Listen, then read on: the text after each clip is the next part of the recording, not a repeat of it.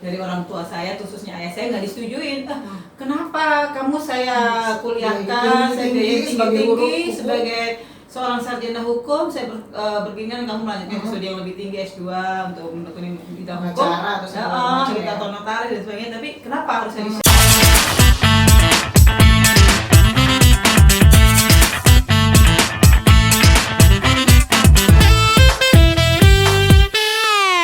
bisnis, kali ini kita ada di bincang-bincang bisnis di channel YouTube bisnisbanten.com.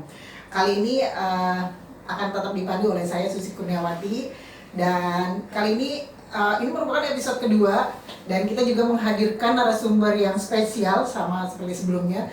Kali ini kita punya tamu spesial, Ibu Daru Harti SH. Ini merupakan Kepala Cabang Mitsubishi Serang. Dan saya Bu Daru. Hai, selamat siang dengan saya Daru Harti dari Mitsubishi Depo Serang. Iya. Bu Daru, jadi kita kali ini akan berbincang-bincang mengenai bisnis dan kalau nggak salah tepat di hari ini Bu Daru 21 tahun berkarir di Mitsubishi. Selamat ya Bu. Ya, terima kasih. Alhamdulillah udah 21 tahun nih. Saya join di Mitsubishi di dealer yang sama dan di grup yang sama. Iya. Mungkin bisa diceritakan Bu, pertama kali mungkin ini kan pasti sudah pindah-pindah tugas, mungkin pertama kali berkarir di Mitsubishi dari mungkin dari bagian apa, terus pertama kali mungkin di mana, mungkin bisa diceritakan perjalanan karirnya sampai mungkin sampai sekarang. Kebetulan saya join bergabung di Mitsubishi pada saat itu saya lulus kuliah dari Universitas Jember tahun 98 dan dalam 98 itu saya tetap di Jember, tidak pulang atau mudik ke Malang, tapi saya tetap mencoba untuk stay di Jember dengan berbagai macam aktivitas kayak khusus public relation, khusus komputer dan juga saya juga ada bisnis kecil-kecilan. Jadi tidak berpuas diri ya. Dan kebetulan saat itu saya lihat di iklan lowongan kerja di koran Jawa Pos ya saat itu. Saya lihat ada iklan lowongan kerja dan situlah saya bergabung di Mitsubishi untuk yang pertama kalinya di tanggal 9 bulan 9 tahun 99. Itu langsung diterima berarti? Alhamdulillah langsung diterima, kan hanya seorang sales ya. Walaupun awalnya mengalami pro kontra untuk dari orang tua saya, khususnya ayah saya nggak disetujuin. Kenapa kamu saya kuliahkan tinggi-tinggi sebagai seorang sarjana hukum, saya berkeinginan kamu melanjutkan studi yang lebih tinggi S2 untuk menekuni bidang hukum, cerita atau notaris dan sebagainya. Tapi kenapa harus saya di-share gitu? Tapi alhamdulillah pada saat itu orang tua saya, ibu saya menyetujui untuk siapa tahu dengan di-share Daru bisa berkarir, bisa ada kesempatan untuk maju. Alhamdulillah ternyata omongan dari ibu saya benar, saya bisa bertahan di marketing mulai dari sales, counter lady. Nggak sampai 1 tahun saya diberi promosiin sebagai sales koordinator dan tahun 2010 awal Januari saya dipromosikan sebagai kepala cabang di Mitsubishi Setiakawan Cilegon. Jadi memang prosesnya juga singkat ya, maksudnya dari jadi sales ke kepala cabang itu juga. Saya mulai dari awal dimana saya sebagai seorang sales itu tidak hanya langsung duduk manis di counter gitu, tidak, tapi saya juga melakukan aktivitas canvassing. Mungkin saya stay di counter hanya fotonya tuh mungkin stay-nya hanya 1-2 kali aja dalam 1 minggu. Selebihnya saya lebih melakukan proses canvassing yang dilakukan oleh teman-teman sales yang saat ini. Jadi jangan berkecil hati ya, saya juga dulu mengawalinya dengan teman-teman di mana harus blind canvassing, mana kita harus visit ke konsumen, mana kita harus canvassing ke area yang selama ini belum kita tahu, daerah pasar atau daerah pegunungan atau apa, dan itu kita nikmatin aja, enjoy aja. Jadi emang kalau Ibu dukungan dari Ibu tuh, doa dari Ibu tuh emang benar-benar sangat merestui. Jadi jangan lupa kalau kita bekerja, kita beraktivitas, selalu mohon doa restu dari orang tua, khususnya ibu, karena saya doa ibu adalah jimat bagi saya. Jadi yang bisa memperlancar seluruh aktivitas saya dan yang selalu bisa membantu setiap saya ada masalah. Iya, Bu, mungkin di 20 tahun ini kan bukan, kalau dilihat cukup lama nih ya, mungkin apa sih yang membuat Ibu tetap bertahan di dunia otomotif, dan itu kan termasuk yang jarang ya, maksudnya perempuan bisa sampai di posisi tertinggi kepala cabang seperti ini. Maksudnya kalau saya lihat juga hanya ibu seorang gitu ya, maksudnya cerikain di otomotif di Banten. Apa sih yang mungkin ibu lakukan bisa sampai di posisi sekarang ini selama 21 tahun? Kalau saya sih bekerja, saya selalu punya prinsip di mana bumi diinjak, di situ langit kita junjung. Jadi saya selalu memakai kacamata kuda. Saya harus fokus dengan apa yang saya bidangin saat ini.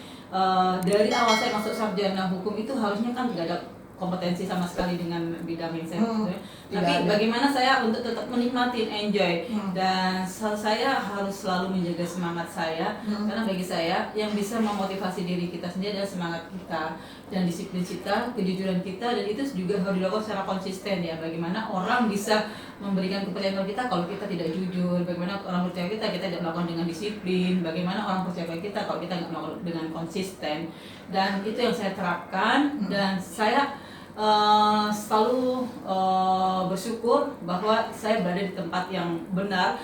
Kita harus merasa bahwa ini kita harus bisa minimal meyakinkan diri kita sendiri bahwa ini adalah tempat terbaik saya dan ini adalah bidang yang terbaik saya, walaupun mungkin kalau dilihat sepintas kayaknya nggak ada kaitannya dengan masalah hukum, tapi menurut saya bidang ilmu hukum itu adalah hal yang sangat universal, bisa dimasuk di manapun aja, tetap dibutuhkan dengan apa yang namanya pengetahuan dasar tentang bagaimana peraturan hukum dan sebagainya.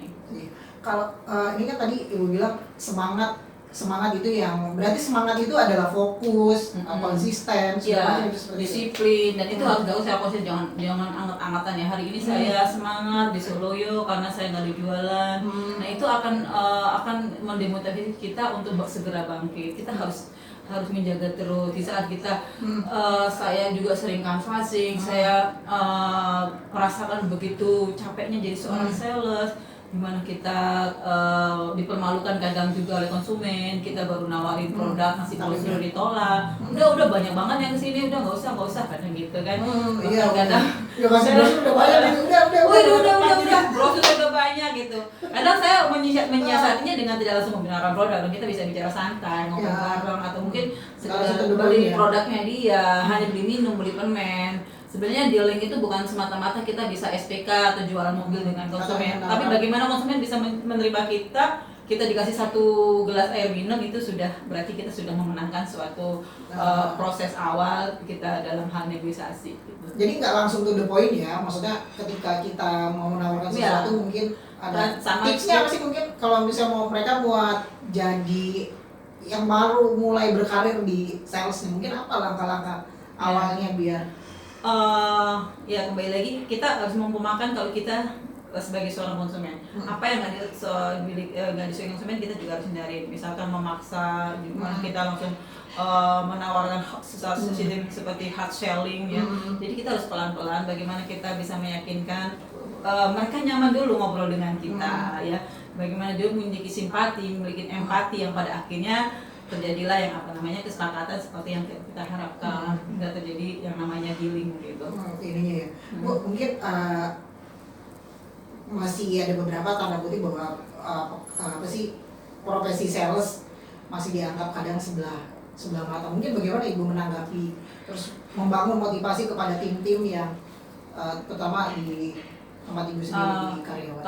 Makanya kan kalau paradigma lama yang mengatakan selling itu tukang tipu, sales itu tukang bohong, sales itu banyak ngomong dan sebagainya, ya saya sampaikan bahwa justru karir yang sangat menjanjikan, yang sangat memiliki peluang untuk memiliki cuan-cuan yang banyak. Bagaimana kita bisa cepat meningkatkan karir kita dari sisi pendapatan itu hanya ada di marketing. Bagaimana kita bisa kalau di bagian departemen back office atau lainnya, mungkin kita bisa mendapatkan lebih kalau nggak melakukan kegiatan di luar itu ya. Mereka hanya cukup dengan digaji aja. Tapi kalau sales, baik semakin dia memberikan kontribusi yang positif, prestasi yang banyak, hasilnya akan semakin banyak. Jadi saya sampaikan ini adalah pilihan terbaik kalian, ini adalah posisi terbaik kalian, dan jangan memiliki paradigma sales itu mata pencarian yang tidak jelas. Justru ini adalah yang jelas, karena kita melakukan sekian, kita dapat sekian, itu jelas banget. Kalau kita hanya diem, gimana kita mau mendapatkan sesuatu dan bagaimana kita akan bisa menerima yang lebih. Jadi sama kayak usaha sendiri mungkin ya, maksudnya semakin kita rajin jualan,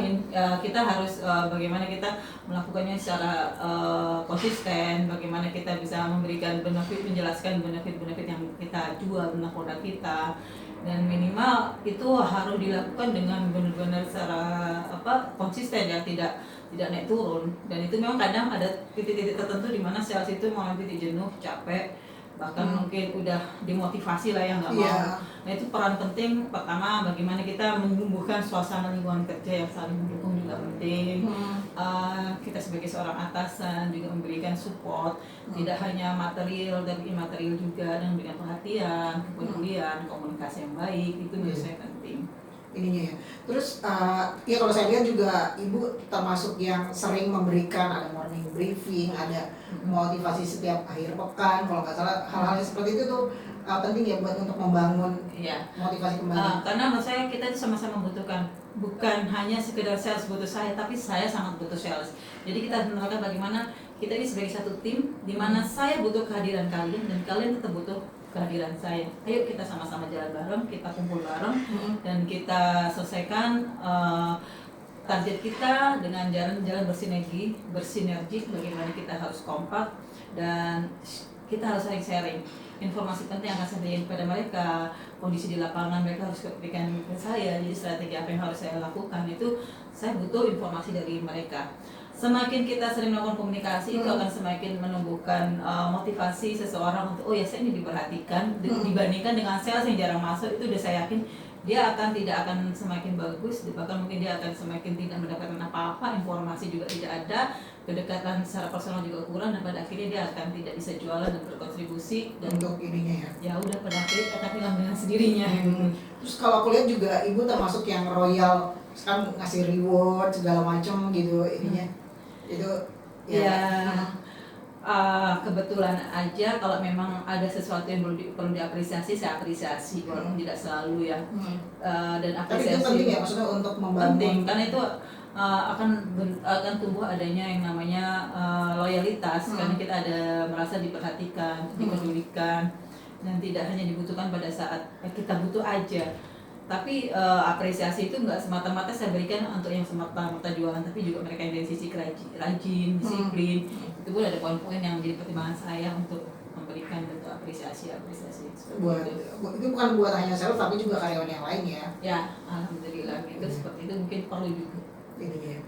Bu, mungkin gimana sih dukungan dari keluarga, apalagi kan maksudnya sebagai pimpinan kan kalau aku lihat Ibu kadang-kadang pulangnya malam gitu kan segala macam. Ya, mungkin seperti apa sih dukungan dari suami dan anak-anak mungkin? Alhamdulillah dari keluarga semua sangat mendukung dan mensupport gitu.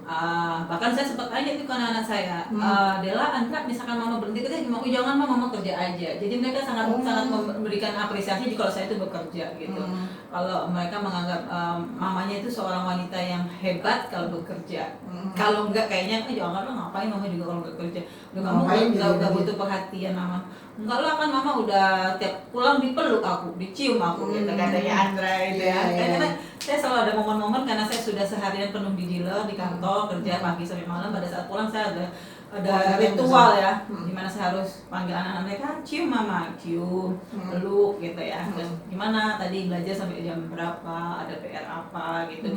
Dan pada akhir minggu saya selalu weekend dengan cara entah itu makan bareng, jalan-jalan atau shopping gitu, quality time yang saya bangun dengan anak-anak. Dan jadi kenapa nih mulai berkebun lagi, mungkin apa yang didapat dari berkebun mungkin? Yang saya dapat ya, saya dapatkan kepuasan, dan saya juga ada semacam hubungan batin dengan tanaman.